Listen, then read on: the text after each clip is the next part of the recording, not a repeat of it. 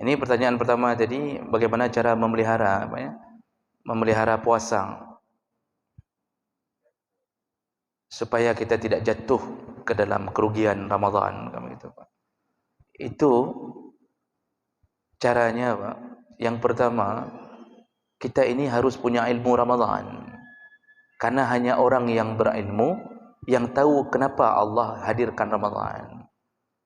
Makanya paling bahaya itu dan paling rugi orang yang masuk ke Ramadan enggak ada ilmu, enggak tahu apa-apa, enggak tahu pun dia.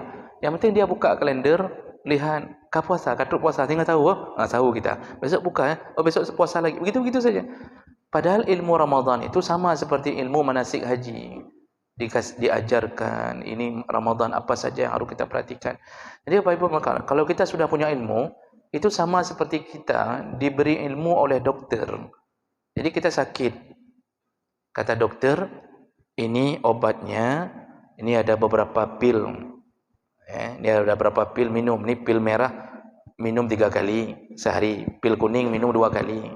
Nah selain itu kata dokter, ini bapak selama perawatan minum obat, itu banyak-banyak makan buah-buahan, lalu pantang, jangan makan jangan makan ekor kambing misal, jangan makan tanduk kambing misalnya, kata dokter. Contohnya pantang-pantang. Kita itu sembuh kalau menurut kacamata dokter kalau kita lakukan dengan baik, minum pil sesuai urutan. Itu ada pantangan, lalu makan yang disuruh, sembuh, seminggu sembuh. Begitulah Ramadan. Allah sudah kasih tahu, yang ini lakukan, sahur begini, nanti kalau malam bangun tarawih, lalu nanti sebelum sahur datang salatlah tahajud, nanti cara makan begini, begitu. Nanti Allah bilang jangan lakukan ini, jangan lakukan itu kan ilmu. Kalau kita lakukan sempurna, sembuh penyakit maksiat kita. Disitulah keluar la'allakum tattaqun. Habis Ramadan bertambah takwa kita, akibat selama Ramadan patuh dengan yang Allah suruh dan Allah larang. Dari mana kita tahu itu? Ya dari ilmu. Makanya belajar ilmu Ramadan penting. Ya bukan melakukan Ramadan dengan lewat begitu saja, tidak. Itu yang pertama, agar Ramadan kita tidak rugi. Yang kedua, lakukan Ramadan itu dengan iman. Jadi ilmu itu jembatan untuk bisa mengetahui Ramadan. Lalu sudah tahu, lakukan Ramadan dengan iman. Iman tu percaya penuh, yakin sekali. Janji Allah dia yakin, pahala Allah dia yakin. Kenapa disuruh meyakini pahala dan disuruh takut terhadap dosa? Masalahnya Bapak Ibu, pahala enggak nampak sampai hari ini. Siapa di antara Bapak yang sudah lihat pahala? Kan cuma kita dengar-dengar aja selama ini. Kalau begini pahalanya ini, yang bersalawat di hari Jumat pahalanya ini, yang datang hari Jumat jam sekian pahalanya ini. Kan cuma kita dengar. Pernah lihat pahala, Pak? Tak pernah. Jadi kita ini selama ini apa? Cuma yakin saja. Modal kita cuma yakin. Lalu pernah lihat dosa? Enggak pernah lihat dosa. Pernah lihat surga? Enggak pernah. Cuma dengar-dengar aja dari Al-Quran. Surga itu begini.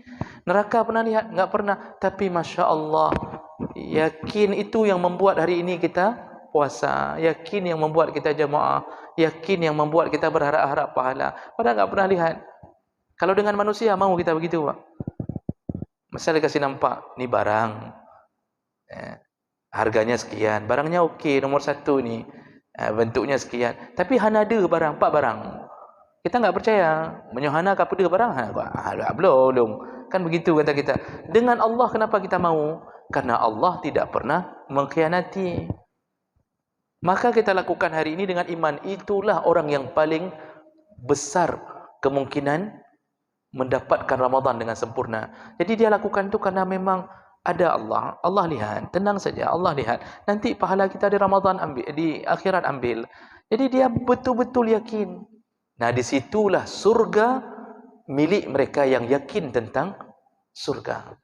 Maka Rasulullah mengatakan, Allah mengatakan dalam hadis qudsi, ana inda dhanni abdi, aku sesuai dengan prasangka hamba. Kalau hamba tidak terlalu yakin pada aku, maka dia dapat seperti yang dia tidak yakin.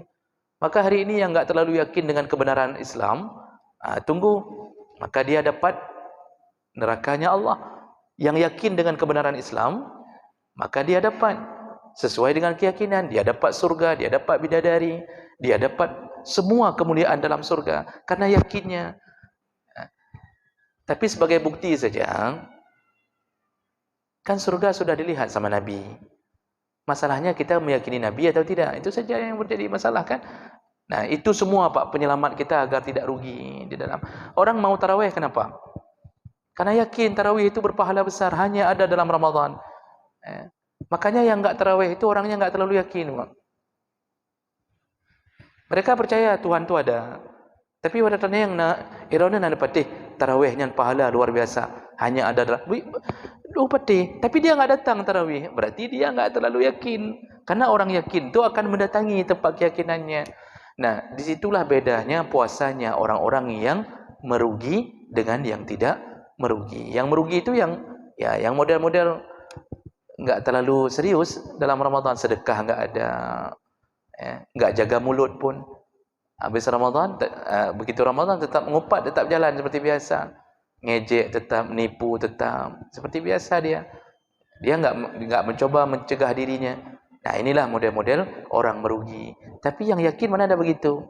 Pas mau ngupat, misalnya pulang nih, istri mau ngupat, kata dia, jangan mengupat, sedang Ramadan.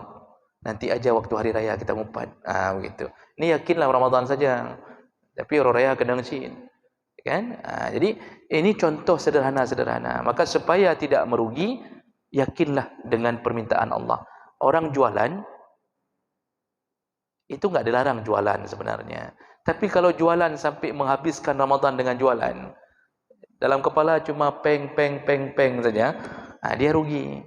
Orang jualan yang saleh 11 bulan dia jualan habis-habisan. Ramadan menghabiskan yang 11 bulan itu untuk mendapatkan akhirat.